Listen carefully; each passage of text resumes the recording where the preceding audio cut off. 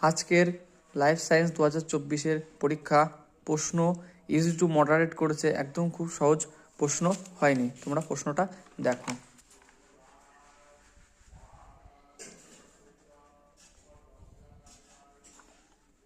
দুইয়ের প্রশ্নগুলো সবই কমন ছিল।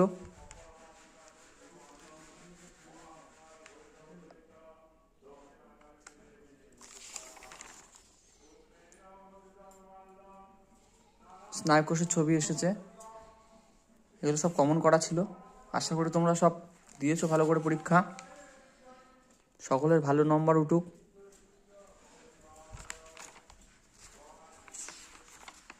অনেক সুন্দর প্রশ্ন করেছে, ইজি টু মডারেট, একদম ইজিও না একদম কঠিনও না।